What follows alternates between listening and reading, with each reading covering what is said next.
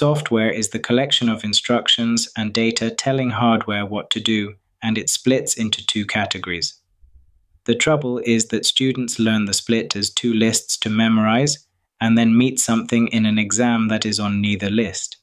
So here is the test that actually works. Ask who the software is working for. System software works for the hardware. It manages the computer's resources and provides a platform for other software to run on. Operating systems, utility programs, library programs, and language translators. Application software works for the user. It lets a person perform a specific task or solve a real-world problem. Word processors, spreadsheets, database management systems, web browsers, photo editors. Apply that test to something unfamiliar, and it usually resolves. Is a web browser system software. It works for the user, letting them do something they wanted to do, so no, it is application software, even though it feels technical. Is a device driver application software? It works for the hardware, so no. The question is never how complicated it looks, it is who it serves. Firmware sits slightly awkwardly between software and hardware, which is exactly why it has its own name. It is software that is hard-coded into a hardware device, providing the low-level control that device needs, and it holds the permanent instructions telling the hardware how to communicate with the operating system. The BIOS on a motherboard is the standard example, and so is the code inside a washing machine controller, which connects straight back to embedded systems in topic 3.1. And this is where the ROM types from 3.3 become useful rather than trivia. Firmware has to survive the power being off, so it lives in non-volatile memory. And modern firmware is stored in EEPROM specifically, which is why a firmware update is a download rather than a hardware operation. 3 separate parts of the syllabus meeting in one place. The operating system is the most important piece of system software, and the definition to write is that it acts as an interface between the user and the hardware. Windows, Mac OS, Linux, Android, iOS. Now, the phrase that earns marks when a question asks for the primary purpose is worth having word for word. To manage the computer's hardware and provide an interface for the user. Both halves matter. Managing the hardware is the part users never see, and providing an interface is the part they think the operating system is, and it is worth appreciating what the OS is protecting you from. Without one, every program would have to know how to talk to your specific model of graphics card, your particular disk, your printer.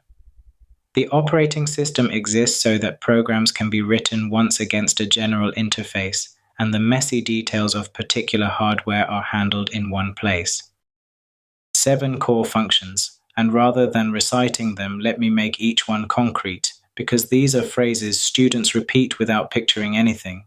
Memory management. The OS allocates RAM to programs and stops them interfering with each other's data, and that second half is the part usually omitted.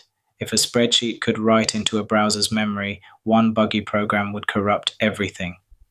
Processor management, deciding which process gets the CPU and for how long, which is scheduling, and which the timer interrupt from the next lesson is what actually enforces.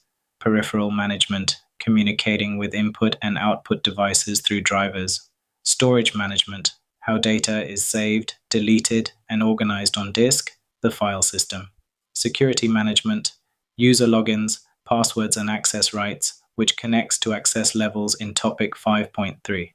User interface, how humans interact with the machine, whether a graphical interface or a command line. And interrupt handling, responding to signals needing immediate attention, which is the whole of the next lesson. Those 7 are easier to hold on to if you see them working together rather than as separate bullets, so let me trace something ordinary. You double-click a photo to open it. The operating system finds the file on disk, that is storage management, consulting the file system to turn a file name into a physical location. It checks you are permitted to open it, security management. It allocates RAM to the photo viewer and loads the program in, memory management. It schedules that program to get CPU time, processor management. The program draws a window, which the OS renders through the graphical user interface, the user interface function. Your mouse movement over the image generates hardware interrupts, which get handled, interrupt handling. And when you print it, the OS talks to the printer through its driver, peripheral management. All 7 functions, in one double click, none of which you were aware of. That is what people mean when they say a good operating system is invisible.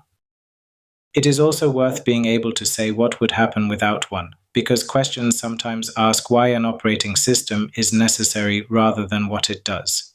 Without an OS, only one program could run at a time, because nothing would be scheduling the processor or partitioning memory. Every program would have to include its own code for every piece of hardware it might meet. There would be no file system, so data would be addressed by physical location on the disk. There would be no security, since nothing would be checking who was permitted to do what, and there would be no user interface beyond whatever each individual program provided. Embedded systems, from topic 3, are precisely the case where all of that is acceptable. One program, one task, known hardware, so a full operating system would be unnecessary overhead, which is a useful way to remember what an OS is for. It is what you need when a machine has to do more than one thing. 4 things to take into the exam. First, classify software by who it works for. Hardware means system software, the user means application software, rather than by trying to recall which list it appeared on. Second, have the primary purpose ready as a sentence, to manage the computer's hardware and provide an interface for the user. Both halves. Third, when you are asked for OS functions, name them precisely and add the detail. Not just memory management, but allocating memory to programs and preventing them from interfering with each other. The bare term is usually worth less than the term with its explanation. And fourth, keep firmware distinct from both categories. It is software permanently stored on a hardware device, providing low-level control, and the BIOS is the example to give.